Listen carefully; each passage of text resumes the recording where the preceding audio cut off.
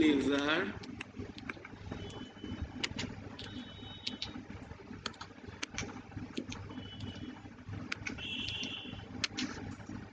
Deposition, pulsed laser deposition. Okay, তো শব্দটা থেকেই বুঝতে পারছো লেজারের পালস দিয়ে আমরা ডিপোজিট করি।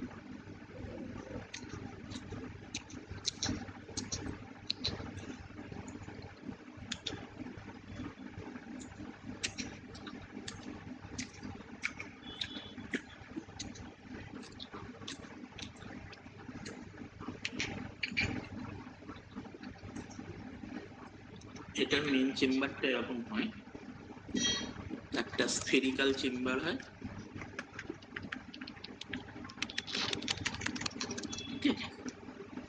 স্ফেরিক্যাল চেম্বারের চারদিকে চারটে এরকম এন্ট্রি পয়েন্ট থাকে। শুধুমাত্র এই পয়েন্টগুলো দিয়েই এক্সটার্নাল ওয়ার্ল্ডের সাথে যোগাযোগ করা সম্ভব। ওকে, দেখা যাচ্ছে? হ্যাঁ স্যার, দেখা যাচ্ছে। তো সেট আপটা এরকম হয়।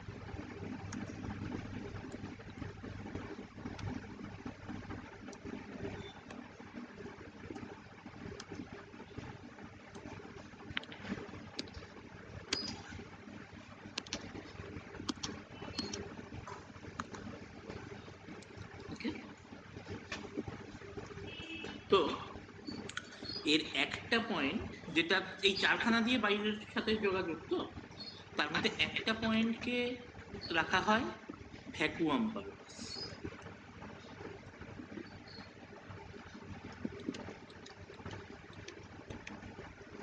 এই চেম্বারটা ভ্যাকুয়াম চেম্বার।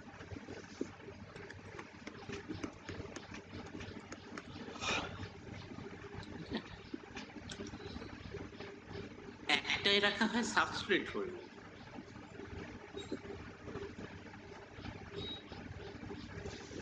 এইটার সাথে ধরা থাকে সাবস্ট্রেট হোল্ডার। ওকে, আর এইটার সাথে ধরা থাকে টার্গেট।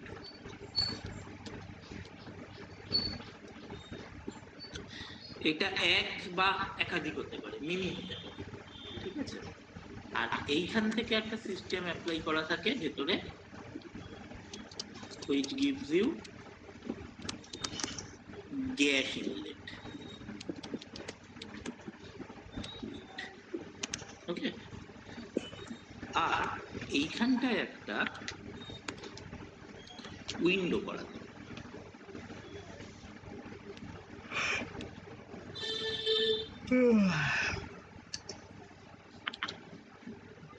স্যার উপরে ওটা কি লিখেছেন, গ্যাস কি লিখেছেন? ইনলেট, গ্যাস ঢোকার রাস্তা। এখানে একটা জিনিস করা থাকে, এখানে একটা লেন্স দিয়ে এরকম ফোকাস করা থাকে। এইটাকে বলা হয় হচ্ছে উইন্ডো। এটা হচ্ছে সাবস্ট্রেট হোল্ডার।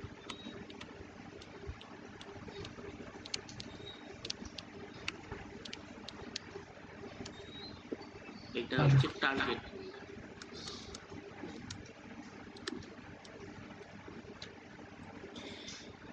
এই সাবস্ট্রেট হোল্ডারটা জেনারেলি মেটালিক হয়, যার ইনসাইডে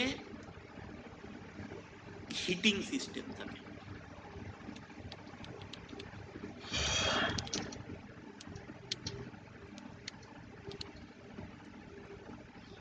ক্লিয়ার?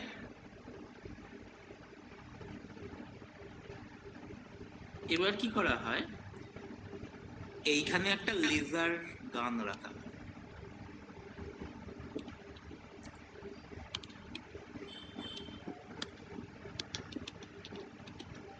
Laser source. লেজার সোর্সটা জেনারেলি অনেক রকম ইউজ করা হয়। রুবি লেজার ইউজ করা যায়, ক্রিপ্টন ফ্লুরাইড লেজার ইউজ করা যায়। আমি এটার উপর কাজ করেছিলাম ক্রিপ্টন ফ্লুরাইড দিয়ে। ক্রিপ্টন ক্লোরাইড লেজার ইউজ করে, ওকে, রুবি লেজার ইউজ করে ইত্যাদি। এগুলো সব হচ্ছে হাই পাওয়ার।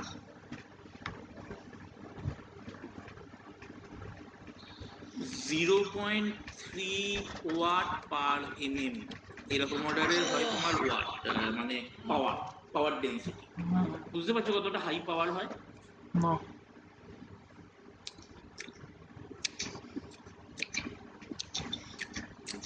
1 ওয়াট পার mm এরকম রেঞ্জের পাওয়ার।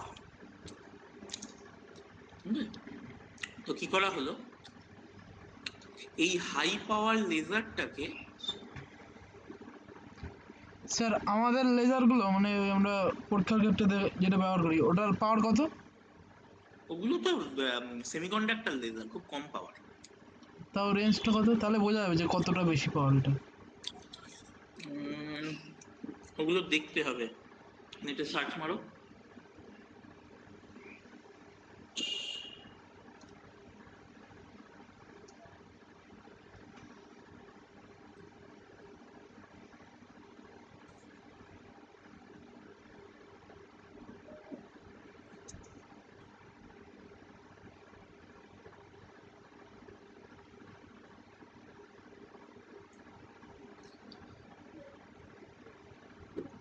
থাউজেন্ড মিলিওয়াট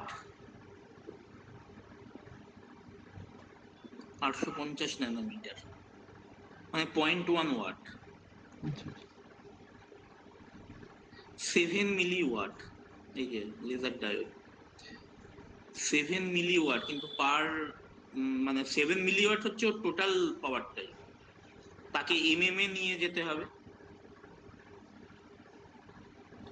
স্যার তাও কত কত গুণ বেশি এটা, এই যে এটার ক্ষেত্রে? 100 গুণ বেশি। আচ্ছা ঠিক আছে। মোর দেন 100 গুণ বেশি।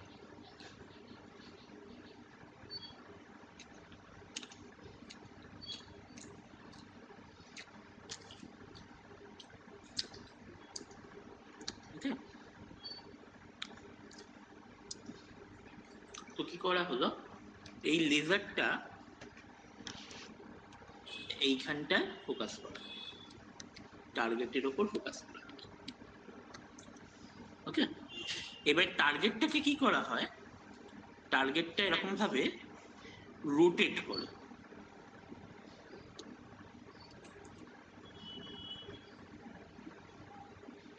আর এইখানটায় একটা শাটার থাকে, ক্যামেরার যে শাটার থাকে না, ওই টাইপের শাটার থাকে।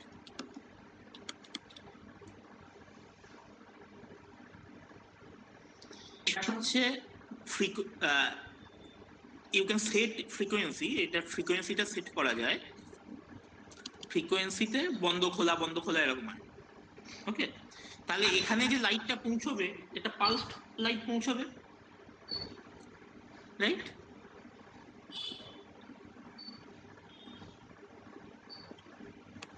পালস লাইট পৌঁছবে তো? হ্যাঁ স্যার। তো ওখানে depending on power density of laser, এখানে কি হবে, এরকম একটা প্লিউম তৈরি, প্লাজমা মতন তৈরি হবে। কিন্তু প্লাজমার জন্য তো আমাদের ক্যারিয়ার গ্যাস দরকার পড়ে। এক্ষেত্রে মানে ইনার্ট গ্যাস দরকার পড়ে, এক্ষেত্রে ইনার্ট গ্যাসের কোনো দরকার নেই, ভ্যাকুয়ামেও এই প্লাজমাটা তৈরি হয়, তার জন্য এটাকে বলা হয় প্লিউম।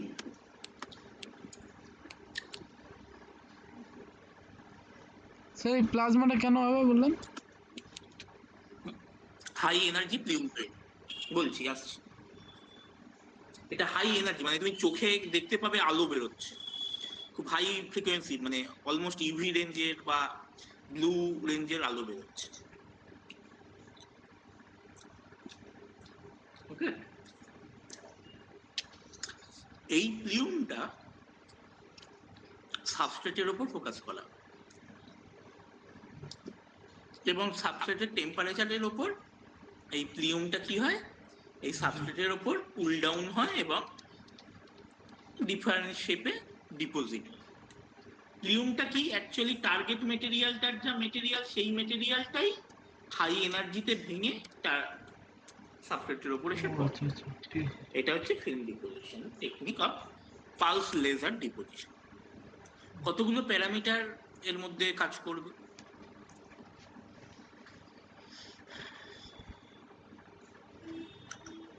কতগুলো প্যারামিটার কাজ করবে বলে মনে হয়? সেট করতে হ্যাঁ, কোন জিনিসটার প্যারামিটার? ফিল্মটা ডিপোজিট করতে চাই, হ্যাঁ, কি কি জিনিস আমাদের কাজ করবে? স্যার সাবস্টেন্সটার টেম্পারেচার, তারপর প্রপার্টি। রাইট, সাবস্ট্রেট টেম্পারেচার,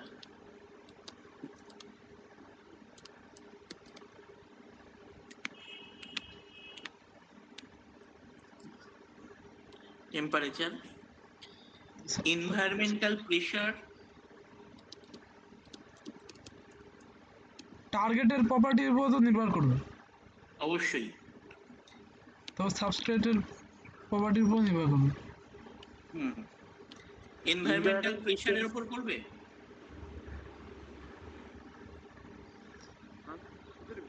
হ্যাঁ, কারণ ক্রিস্টাল তৈরি হওয়ার সময় তো প্রেশারটা ফ্যাক্ট করে। প্রেসার এফেক্ট করে কিসের? শেপ। হ্যাঁ আগের দিন পড়েছিলে কোন কোন মেটেরিয়াল মানে কিসের কিসের উপর ন্যানো স্ট্রাকচার গ্রো ডিপেন্ড করে? তার মধ্যে একটা ছিল প্রেসার। অ্যাটমিক নাম্বার, তারপর সাবস্ট্রেটের অ্যাটমিক নাম্বার। না, ওগুলো তো তুমি ধরেই নিচ্ছ, মানে একটা পার্টিকুলার মেটেরিয়ালের জন্য পার্টিকুলার সাবস্ট্রেট তুমি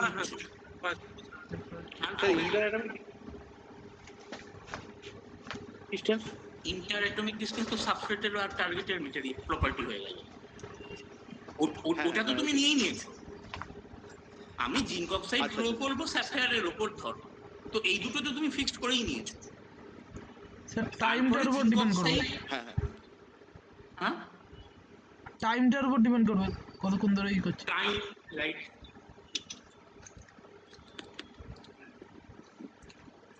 আর শাটারটার কাজ কি? এনার্জির উপর ফ্রিকোয়েন্সিটা, একটা হচ্ছে ফ্রিকোয়েন্সি অফ লেজার। ওই ফ্রিকোয়েন্সিটার কাজটা কি, মানে কি করবে? ফ্রিকোয়েন্সি অফ লেজার, লেজারের এনার্জি হবে না? লেজারের লেজারের এনার্জি।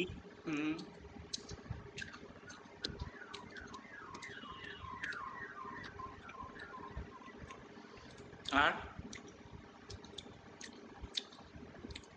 স্যার হুম স্যার বলছি লেজার ফ্রিকোয়েন্সিটাই তো লেজারের এনার্জির একটা প্যারামিটার। না, লেজারের এনার্জি কত ওয়াট পার মিলিমিটার আসছে। ধরো ক্রিপ্টন ফ্লুরাইডের একরকম হবে, ক্রিপ্টন ক্লোরাইডের একরকম হবে, রুবির একরকম হবে। এইবারে সেইটা কতটা ফ্রিকোয়েন্সিতে তুমি টার্গেটের উপর অ্যালাউ করছো আর করছো না।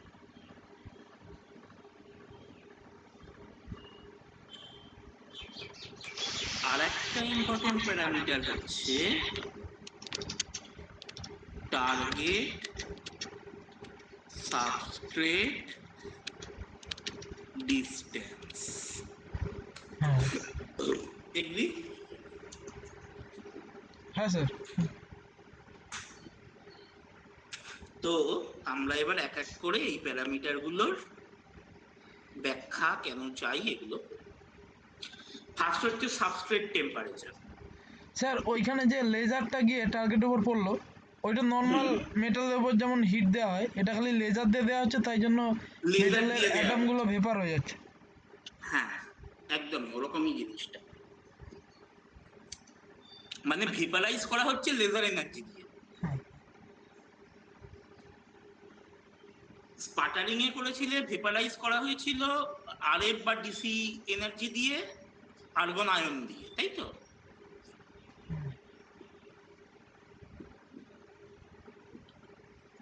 এখানে করা হলো হচ্ছে লেজার দিয়ে, এটাকে টেম্পারেচার দিয়ে করলে থার্মাল ইভাপোরেশন হয়ে যাবে ইত্যাদি। ওকে, আপাতত আমরা বলছি লেজার। ফার্স্ট হচ্ছে সাবস্ট্রেট টেম্পারেচার। সেটা কি করবে? ক্রিস্টালাইনিটি অফ ডিপোজিট মেটেরিয়ালকে ডিটেক্ট করবে। আমার হাতে তার কন্ট্রোল সিস্টেম রয়েছে, আই ক্যান কন্ট্রোল দিস। যা মুছে দিলাম, তাই তো? হিটার দিয়ে আমি তার মানে ডিপোজিশন, ক্রিস্টালাইনিটি এসব চেঞ্জ করতে পারি। ডিফারেন্ট টেম্পারেচারে ডিফারেন্ট রকম ক্রিস্টালাইনিটি হবে, রাইট? হুম ক্লিয়ার? হ্যাঁ স্যার ঠিক আছে। 2 নম্বর হচ্ছে এনভায়রনমেন্টাল প্রেশার। দেখো, জিনিসটাকে আমি ফার্স্টে কাজ শুরুর আগে আমি অ্যারাউন্ড 10⁻⁻6 টরে আমরা ভ্যাকুয়াম করি। তার মানে অলমোস্ট এর মধ্যে কোনো এয়ার নেই, ভ্যাকুয়াম বলতে পারো, রাইট? এরপর কি হয়, depending on material you want to deposit, আমরা এখানে গ্যাস ইনলেট করি। ওকে, ধরো অক্সাইড মেটেরিয়াল করবে তো কিছুটা অক্সিজেন দিলাম, যদি নাইট্রাইট মেটেরিয়াল করি কিছুটা নাইট্রোজেন দিলাম, ফ্লুরাইড মেটেরিয়াল করলে কিছুটা ফ্লুরিন গ্যাস দিলাম, ইত্যাদি। বুঝে যাচ্ছে? আচ্ছা স্যার, এয়ার থাকলে কি এখানে বলতে গেলে মানে একটা ইমপিউরিটি লেয়ার চলে আসবে, মানে অক্সাইডও আছে আবার নাইট্রেটও আছে, মানে এরকম টাইপের? দেখো, এয়ার থাকলে এয়ারের মধ্যে নাইট্রোজেনটাই তো বেশি থাকে। হ্যাঁ হ্যাঁ হ্যাঁ। ফলে এই হাই এনার্জিতে নাইট্রোজেনের সাথে রিঅ্যাকশন প্রবণতাটা বেশি। আচ্ছা আচ্ছা আচ্ছা আচ্ছা। কিন্তু স্যার অক্সিজেন তো মোর রিঅ্যাক্টিভ দেন নাইট্রোজেন, মানে অক্সাইড লেয়ারটা হওয়ার প্রবাবিলিটি বেশি হবে। হ্যাঁ, কিন্তু আমাকে শিওর হতে হবে যে যা ডিপোজিট করছি সব অক্সাইডই হয়। আচ্ছা আচ্ছা আচ্ছা। যদি নাইট্রাইট ডিপোজিট করতে পারি, যা ডিপোজিট করতে চাইছি আমি পুরোটাই যেন নাইট্রাইটই হয়। আচ্ছা আচ্ছা আচ্ছা। তার জন্য আমার আগে এয়ারটাকে বার করতে হবে। ও আচ্ছা আচ্ছা আচ্ছা। ঠিক আছে? যদি মেটাল ডিপোজিট করতে চাই তাহলে মেটালের কি অক্সাইড হয়ে যাওয়ার প্রবণতাটা বেশি। হুম হ্যাঁ হ্যাঁ হ্যাঁ। তার জন্য ওই জায়গাটা ইনার্ট গ্যাস দিয়ে ভরে দেবো, আচ্ছা আচ্ছা আচ্ছা। ইত্যাদি ইত্যাদি। তার মানে 1 নম্বর হচ্ছে তোমার গ্যাস রিঅ্যাকশন যাতে না হয়, ওই জিনিসটা আমি গ্যাস ইনলেট দিয়ে কন্ট্রোল করতে পারি। 2 হচ্ছে এনভায়রনমেন্টাল প্রেশারটাকে কন্ট্রোল করতে পারি, সো দ্যাট ডিফারেন্ট শেপ আমি বানাতে পারি। তোমরা জানো প্রেশারের উপর ডিপেন্ড করে আমাদের shape of the nanocrystal, right?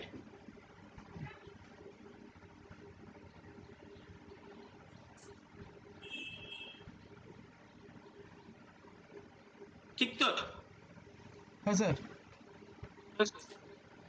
তো তার মানে আমার বিভিন্ন রকম শেপ, বিভিন্ন রকম ক্রিস্টালাইনিটি আমি টেম্পারেচার, প্রেশার ভ্যারি করে বানাতে পারি। এইবারে 3 নম্বর জিনিস হচ্ছে কতক্ষণ ধরে কাজ করে আমি কতটা থিকনেসের ফিল্ম পাবো বা কত সাইজের আমার ন্যানোক্রিস্টালটা পাবো, সেইটা ডিপেন্ড করবে কিসের ওপর?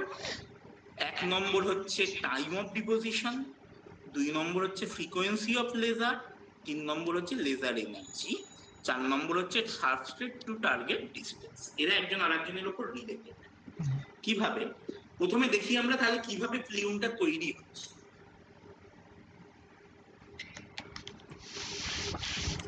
খুব হাই এনার্জিতে আমার কোনো মলিকুলের উপর যদি কোনো লেজার বা কোনো কিছু বোম্বার্ড হয়, কি হবে?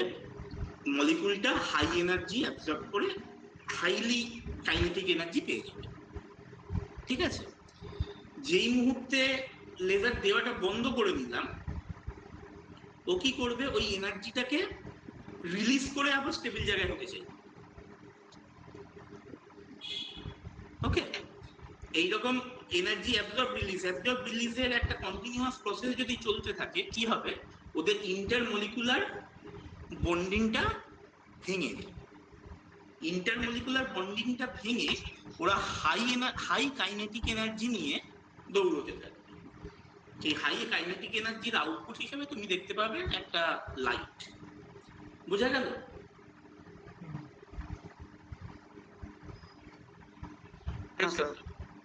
হ্যাঁ, ক্লিয়ার? হ্যাঁ বোঝা গেছে বোঝা গেছে। তো এই যে ইন্টারমলিকুলার যে জিনিসটা ভাঙবো আমি, সেটা ডিফারেন্ট মেটেরিয়ালের জন্য ডিফারেন্ট এনার্জি দরকার। হ্যাঁ সেটা টার্গেটের উপর হ্যাঁ, স্যার। ডিপেন্ড করবে। ডিফারেন্ট মেটেরিয়ালের টেকনিক তো এটা। তো সেই অনুযায়ী এবার আমি তো লেজার চেঞ্জ করতে পারি না সব সময়, অনেক দামি দামি জিনিস। আমি যদি ক্রিপ্টন ফ্লুরাইড লেজার কিনি, ক্রিপ্টন ফ্লুরাইড লেজার দিয়েই আমার সব মেটেরিয়াল বানাতে হবে। তখন আমি কি করব, এই ফ্রিকোয়েন্সিটাকে চেঞ্জ করব, সো দ্যাট ওই ইন্টারমলিকুলার এনার্জির অ্যাবজর্পশন এবং ডিঅ্যাবজর্পশনটা কম বা বেশি করে আমি সেই অনুযায়ী মেটেরিয়ালটাকে ভাঙতে পারি। বোঝা গেল? হ্যাঁ স্যার। এইবারে যখন ভেঙে গেল তখন কি হচ্ছে, হাই কাইনেটিক এনার্জি নিয়ে টার্গেট থেকে সাবস্ট্রেটের দিকে জিনিসটা যাচ্ছে। ওকে, এবার কতক্ষণ ধরে তুমি ভাঙবে, ফিল্ম তৈরি করবে, তার উপর ডিপেন্ড করবে থিকনেস অফ দ্য ফিল্ম। তুমি 2 মিনিট প্রসেস করলে না 4 মিনিট প্রসেস করলে, ঠিক? আর একটা ডিপেন্ড করবে কি, এই দুজনের মধ্যে ডিস্টেন্সটা কত। যদি ডিস্টেন্সটা বেশি হয়, যথারীতি আমার খুব লো রেট অফ ডিপোজিশন হবে। ডিস্টেন্সটা যদি ক্লোজ হয় তাহলে হাই রেট অফ ডিপোজিশন হবে, ঠিক? স্যার আর ইয়ে ওইটা সাবস্ট্যান্টের উপরে তো ইকুয়ালি থিকনেস হবে না? ইকুয়ালি সিকনেস হবে না, মানে তোমাকে দেখতে হবে যে এইটার ফোকাস জায়গাটায় যেন সাবস্ট্রেটটা থাকে। মানে মাঝে একটু বেশি, তারপরে দূরত্ব বাড়লে একটু কম হবে, মানে কম এরকম হবে। ইকুয়াল হবে না তো? মানে না, ইকুয়াল হবে না জিনিসটা, জিনিসটা ওরকম ভাবে হবে না। ওটা একটা সাইজ ডিপেন্ডেন্টও থাকবে, মানে তোমার প্লিউমের যে সাইজ সেটা এরকম, তো তোমার টার্গেটটাকে এরকম জায়গায় রাখতে হবে যাতে ম্যাক্সিমাম এক্সপোজারে থাকে। ঠিক আছে। ঠিক আছে, তো এই একটা ডিস্টেন্সের উপর ডিপেন্ড করবে। এইবারে আসি মেন কিছু প্রবলেম। এই হচ্ছে আমার একটা মেটেরিয়াল যার উপর আমার একটা লেজার এসে হিট করলো। হিট করলে কি হবে, এইখানটায় আমার মলিকুলটা ভেঙে গেল, রাইট? এখানটায় মলিকুলটা ভেঙে গেলে কি হবে, এইখানটায় একটা গর্ত তৈরি হয়ে যাবে।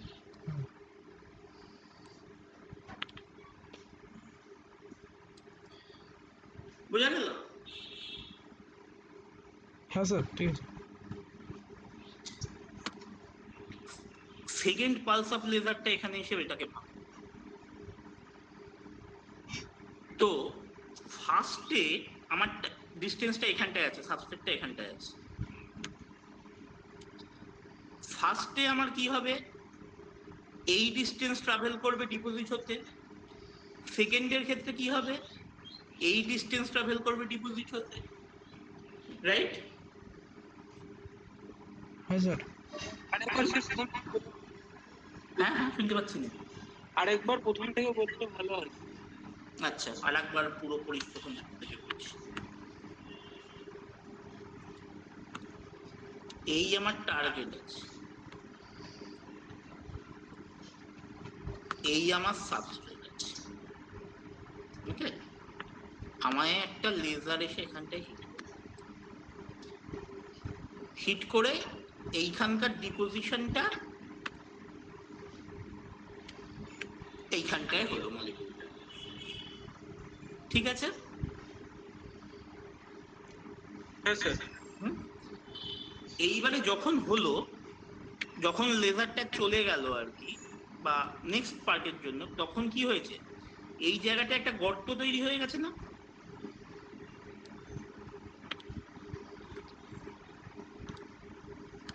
এখানে একটা গর্ত তৈরি হয়ে গেছে, হ্যাঁ মানে ওই যে জায়গাটাতে যে জায়গাটা থেকে চলে গেছে গর্ত তৈরি হয়ে গেছে। এইবারে নেক্সট পালসটা এলো, লেজার করে ডিপোজিট করলো, তখন কি হবে? এই লেয়ার থেকে এই লেয়ারটাকে ডিপোজিট করবে। Clear? তার মানে আমার আগের যে ডিস্টেন্স, তার এই ডিস্টেন্সটার মধ্যে একটা ইউনিফর্মিটি থাকলো না? থাকলো কি?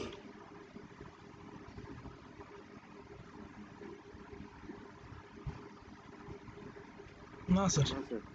তো তুমি একটা target to substrate distance calculate করে বসিয়েছো, সেই ডিস্টেন্সটা তো এখন আর নেই। তার মানে তোমার যে সারফেসটা তৈরি হবে, কোথাও বেশি কোথাও কম, এরকম একটা রাফ সারফেস তৈরি হবে। দেখবি হ্যাঁ স্যার। এটা একটা প্রবলেম, কি করে সলভ করা যায় পরে আসছে। ওকে, 2 নম্বর প্রবলেমটা কি বলতো?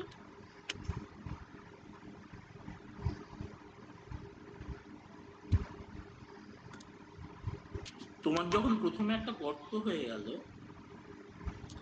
এই গর্তের মধ্যে যখন আমি লেজার পড়লো,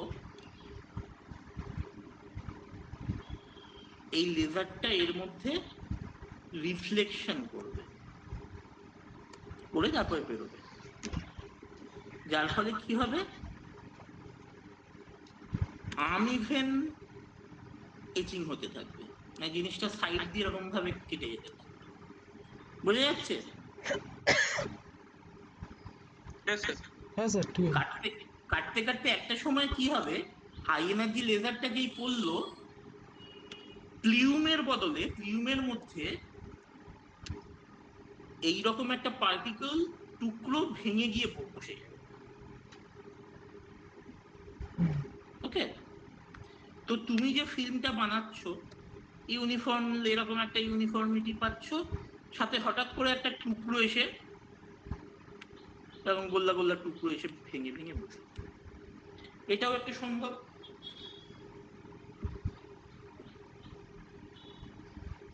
স্যার ওটা গ্র্যাভিটির জন্য পড়ে যাবে না? মানে ওটা ভেসে তো ওর উপর যাবে।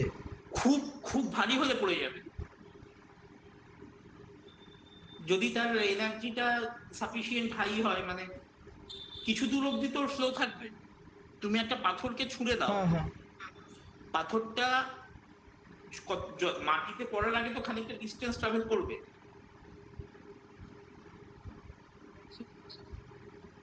তাই তো? হ্যাঁ স্যার ঠিক আছে। এই ট্রাভেল ডিস্টেন্সটার মধ্যে তোমার যদি সাবস্ট্রেট টার্গেটটা পড়ে যায়, ও বসে যাবে, রাইট? হ্যাঁ স্যার। এই দুটো প্রবলেমকে অ্যাভয়েড করার জন্য আমরা কি করে থাকি, টার্গেটটাকে এরকম রোটেট করতে থাকি, সো দ্যাট টার্গেটটা একটা গোল টার্গেট বানাই এবং রোটেট করতে থাকি। তাতে কি হবে, মোটামুটি অনেকগুলো পালস তোমার একই সারফেসের উপর পড়বে। ওকে,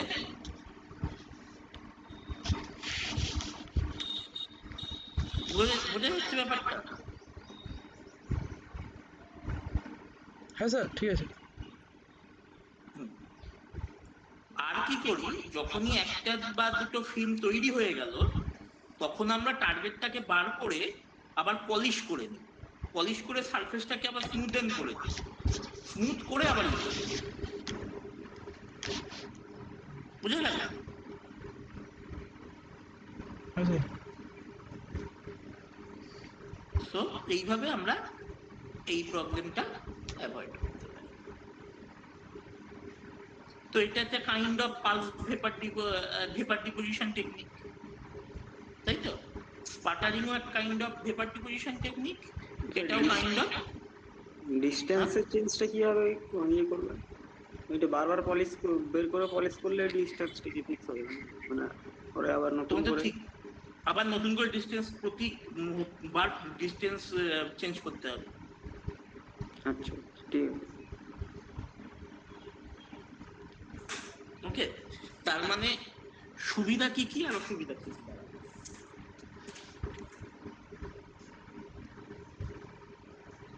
সুবিধা হচ্ছে তুমি যে কোনো ওয়েভলেন্থের লেজার নিতে পারো, শুধুমাত্র ডিপোজিশন রেটের আর প্রসেসেরই চেঞ্জ হবে, ঠিক আছে? ডিপোজিশন রেট আর ফ্রিকোয়েন্সিরই চেঞ্জ হবে, যে কোনো লেজার নিতে পারো যে কোনো মেটেরিয়ালের, এটা একটা সুবিধা।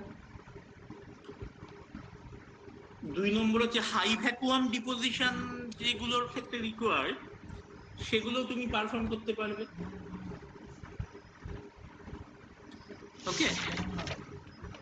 3 নম্বর হচ্ছে যেহেতু লেজারটা ওই ভ্যাকুয়াম সিস্টেমের পার্ট নয়, ওটা বাইরে থেকে অ্যাপ্লাই করা হচ্ছে, তার জন্য তোমার হাতে অনেক ফ্রিডম রয়েছে ওকে যা ইচ্ছা ভাবে ইউজ করা।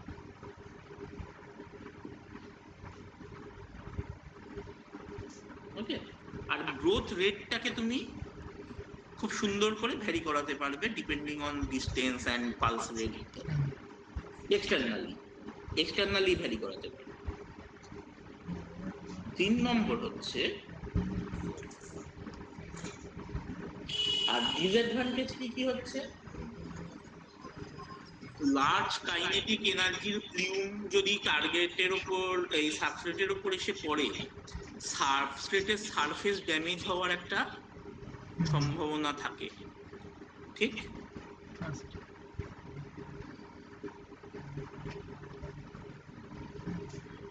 সাবস্ট্রেটেরও তো ফিল্ম তৈরি হয়ে যেতে পারে, সাবস্ট্রেটের উপর ভিতরে একটা হিট সিস্টেম তৈরি হয়ে যেতে, হ্যাঁ ভাঙতেই পারে যদি খুব ক্লোজ ডিস্টেন্সে থাকে।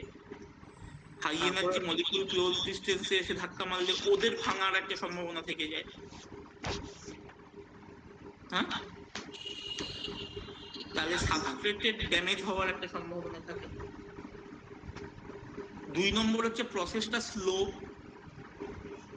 কারণ প্রত্যেকবার ডিপোজিশনের পরে তোমাকে আবার সারফেস স্মুথনেস এবং ক্লিনিং ইত্যাদি করতে হবে। সো মাস প্রোডাকশনের জন্য এটা খুব রেস্ট্রিক্টেড, তাই তো?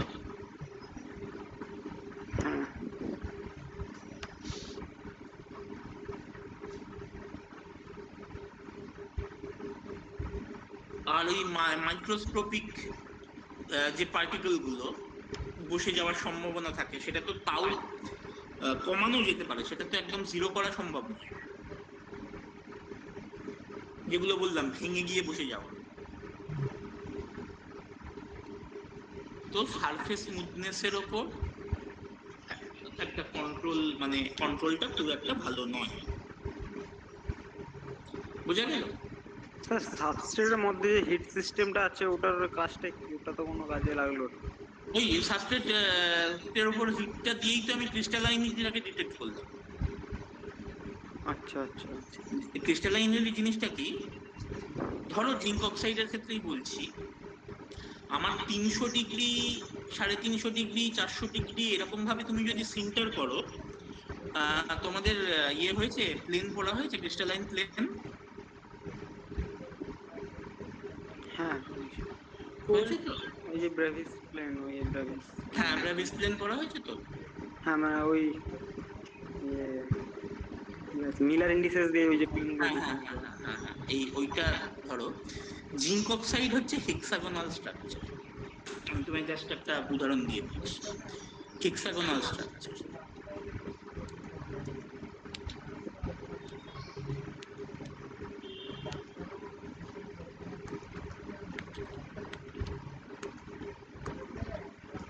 ওকে। এই যে ডিরেকশনে গ্রোথটা, এটাকে বলে সি অ্যাক্সিস গ্রোথ। এর মিলার ইন্ডিসেস হচ্ছে 001।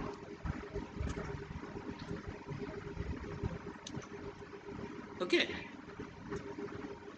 এইরকম ভাবে যদি একটা প্লেনকে তুমি ভেঙে দাও,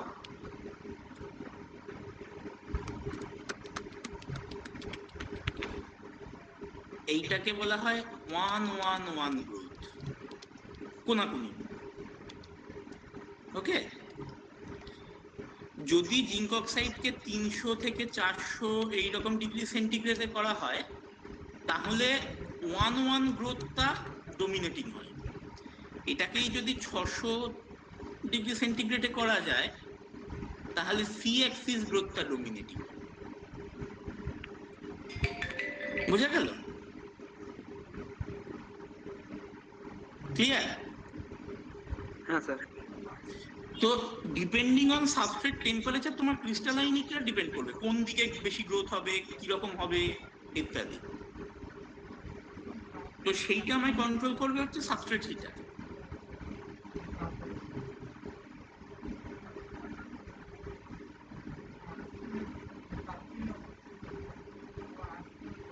ঠিক? হ্যাঁ হ্যাঁ ঠিক আছে। এই হচ্ছে আমাদের পালস স্যার, লেজার। হ্যাঁ বলো।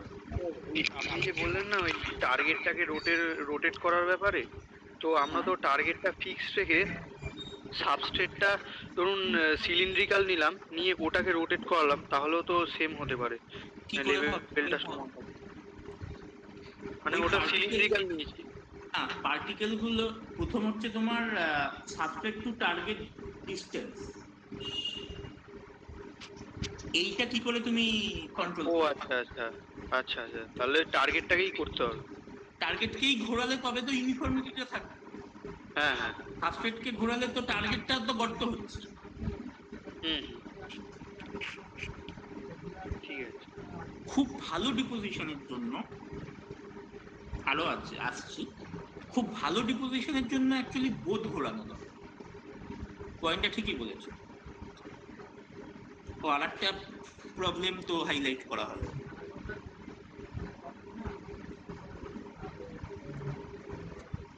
প্লিউম তো স্ট্রেট লাইন নয়। প্লিউম কি স্ট্রেট লাইন নয়? প্লিউমটা তৈরি হয় এরকম। তো তুমি যদি সাবস্ট্রেটকে এইখানটায় রাখো, এইখানে যে প্লিউম ডেনসিটি আর এইখানে যে এই দুটো এজে যে প্লিউম ডেনসিটি, এটা কি সমান হবে? না হবে না। তাহলে এখানেও একটা নন ইউনিফর্মিটি আসবে। বলেছি এইটাকে অ্যাভয়েড করার জন্য তুমি সাবস্ট্রেটকেও ঘোরাতে পারো।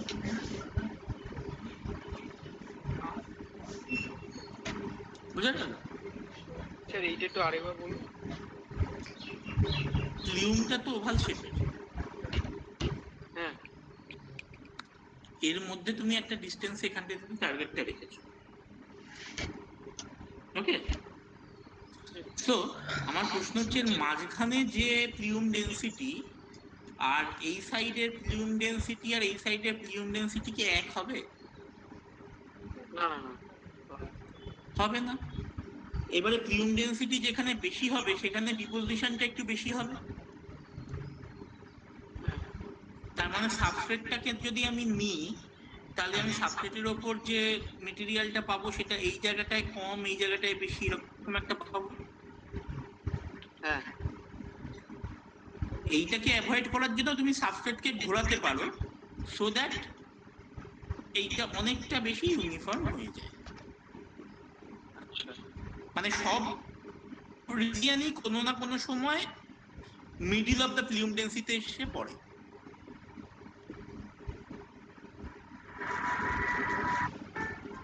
ওকে, কিন্তু সেটা করতে গেলে আমার অসুবিধাটা কি হলো, আমার বেশি এনার্জি অ্যাপ্লাই করতে হবে।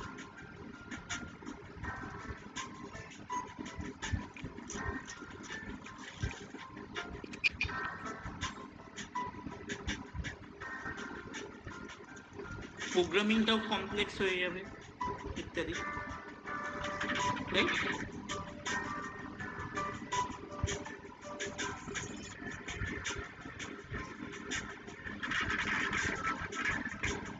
হুম ঠিক আছে। ঠিক আছে, তো এইভাবে আর কি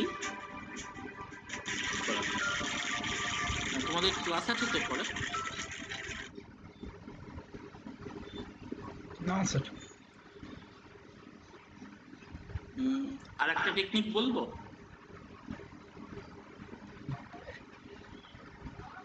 হ্যাঁ স্যার বলে দিন। এটা খুব সহজ টেকনিক। এটা হচ্ছে থার্মাল ইভাপোরেশন।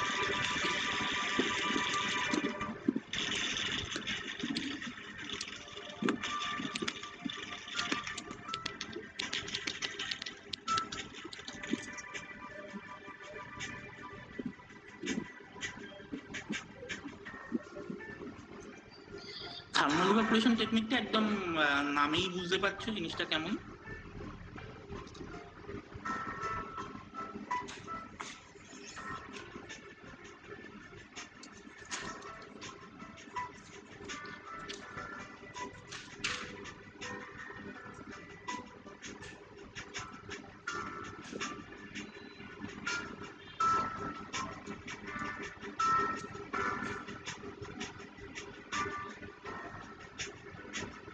এরকম একটা মোটা চেম্বার থাকে, তার উপর এরকম কাঁচের এরকম একটা ঢাকা বাক্স। ওকে, এটাকে বলা হয় ভ্যাকুয়াম চেম্বার।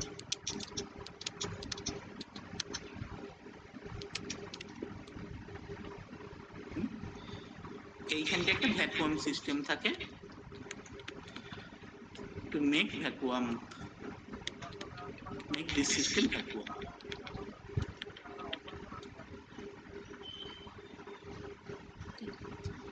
এইখানটা কি করা থাকে, এখানে একটা হাই টেম্পারেচার প্ল্যাটফর্ম দিয়ে এখানে একটা ক্রুসিবল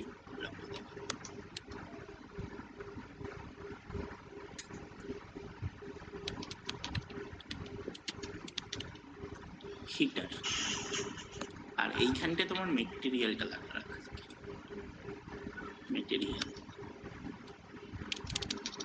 জেনারেলি মেটাল, এই পদ্ধতিতে মেটাল। ওকে, আর এইখানটায় একটা সাবস্ট্রেট হোল্ডার রাখা,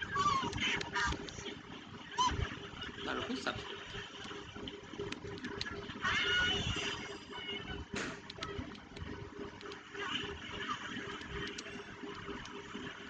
ক্লিয়ার?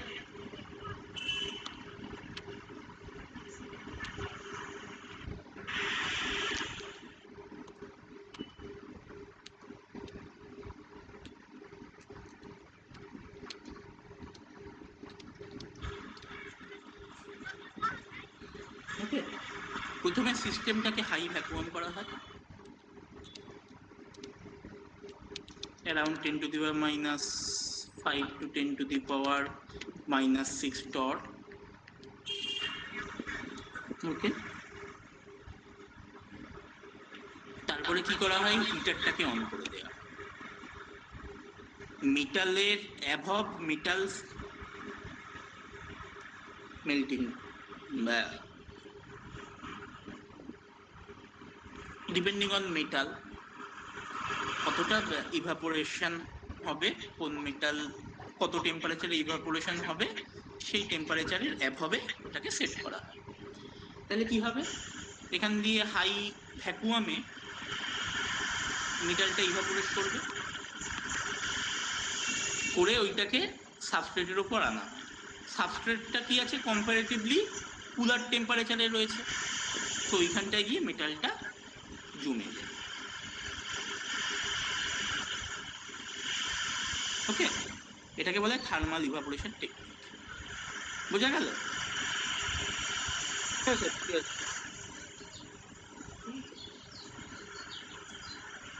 তো এরকম আরেকটা আছে, আচ্ছা এইটার অসুবিধাগুলো কি কি? এক হচ্ছে শুধুমাত্র মেটালের ক্ষেত্রেই এটা করা সম্ভব। 2 নম্বর হচ্ছে ভ্যাকুয়াম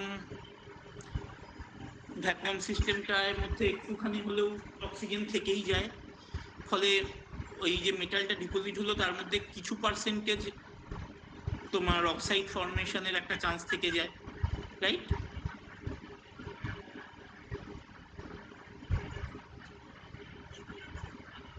আরেকবার বলুন অ্যাডভান্টেজের। অ্যাডভান্টেজ হচ্ছে চিপ, সবচেয়ে লো কস্ট ফিজিক্যাল পদ্ধতি, ইউনিফর্ম মেটাল ডিপোজিশন করা সম্ভব, এগুলো হচ্ছে অ্যাডভান্টেজ।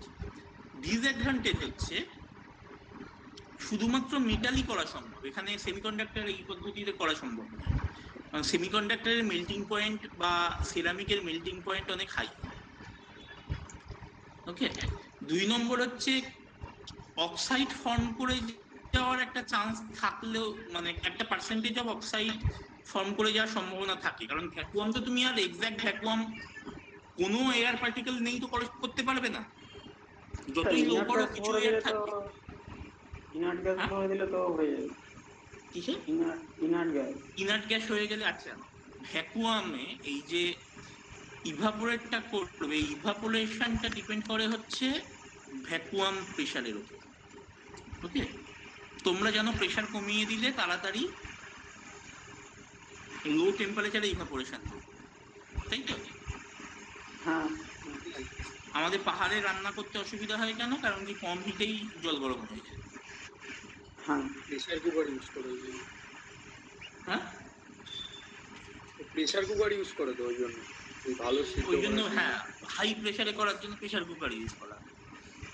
তো প্রেসারকে আমি কমিয়ে দিচ্ছি কি লো টেম্পারেচারে যাতে ইভাপোরেট হয়। আমি যদি ইনার্ট গ্যাস ভরে দিই তাহলে তো আমার সেই কাজটা হবে না। না, মানে যেটুকু ইয়েটা থেকে যাচ্ছে ওইটা মানে ইনার্ট গ্যাস দিয়ে পুরো রিপ্লেস করে তারপরে যদি আমি প্রেসারটা কমাই তাহলে তো পুরো ইনার্ট গ্যাস থাকবে। কিছুটা কমবে, অক্সাইড ফর্মেশনটা কমবে। তবে জেনারেলি দেখা গেছে এই রেঞ্জে ভ্যাকুয়াম করে দিলে কমন মেটাল যেগুলো আমরা জেনারেলি করে থাকি, গোল্ড, সিলভার, প্লাটিনাম, এরা তো কোনোভাবেই রিয়াকশন করে না, এদেরকে নিয়ে চিন্তা নেই, এরা তো করতেই পারো এদেরকে। মেনলি প্রবলেম করে হচ্ছে অ্যালুমিনিয়াম, কপার, এদের অক্সাইড করে দেওয়ার, অক্সাইড ফর্মেশনের প্রবণতাটা খুব বেশি, যেসব ইলেকট্রিক্যালের কন্ট্যাক্টের জন্য রয়েছে। তো অ্যালুমিনিয়াম কপারকে মোটামুটি এই ভ্যাকুয়ামে নিয়ে গেলে অ্যালুমিনিয়াম কপার এরা অক্সাইড ফর্ম করে না, আর সিলভার, গোল্ড, প্লাটিনাম তো এই ভ্যাকুয়ামে করবেই। ওকে স্যার স্যার বলছি ইকুয়াল থিকনেস কেন বললেন ওটা, মানে হওয়ার সুবিধা আছে এতে? আচ্ছা, এটা হচ্ছে ইভাপোরেশনটা যেটা হয় সেটা অ্যাকচুয়ালি গ্যাস ইভাপোরেশন এইভাবে ডাইভার্জ করতে করতে হয়, এরকম ভাবে পার্টিকেলগুলো কোথাও একটা গ্যাস তুমি তৈরি করো, সে কি করে পুরো ঘরটার মধ্যে এরকম ভাবে ছড়িয়ে পড়তে থাকে না? হ্যাঁ তো তুমি যদি এরকম একটা পার্টিকুলার ডিস্টেন্সে ডিপোজিশন চেম্বারটা রাখতে পারো তো অলমোস্ট ওভারঅল জায়গায় ওটা ছড়াবে। স্যার, কিন্তু যেখানে কাছে থাকবে ওখানে তো একটু বেশি হবে। কাছে থাকবে না, কাছে ওই রকম ডিস্টেন্সে রাখতে হবে তোমায় যেখানে ইউনিফর্ম হয়। স্যার আগেরটার ক্ষেত্রেও তো যখন ইয়ে হচ্ছিল তখনও আমরা না, সেরকম দুটোর শেপ ডিস্টেন্সে দেখো, দুটো শেপ দেখো। একটা শেপ হচ্ছে এরকম, আর একটা শেপ হচ্ছে এরকম। সেম ডিস্টেন্সে টার্গেট রাখো, কোনটায় ইউনিফর্মলি পড়বে।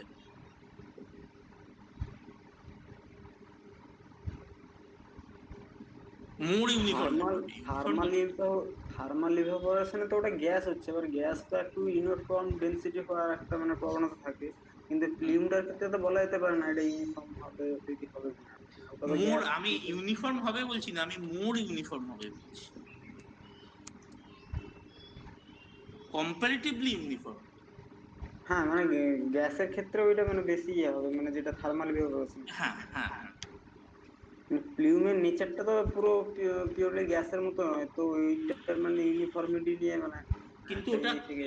কনভার্জেন্ট হয়, ওটার শেপটা কনভার্জেন্ট হয়, আর গ্যাসেরটা তো ডাইভার্জেন্ট। ডাইভার্জেন্ট হয়।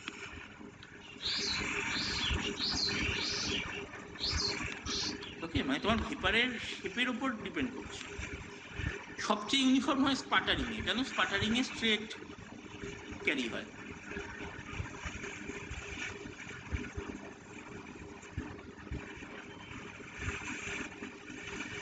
বুঝা গেল?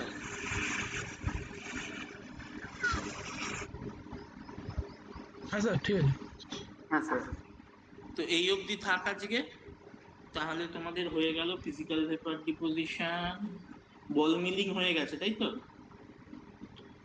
নোটটা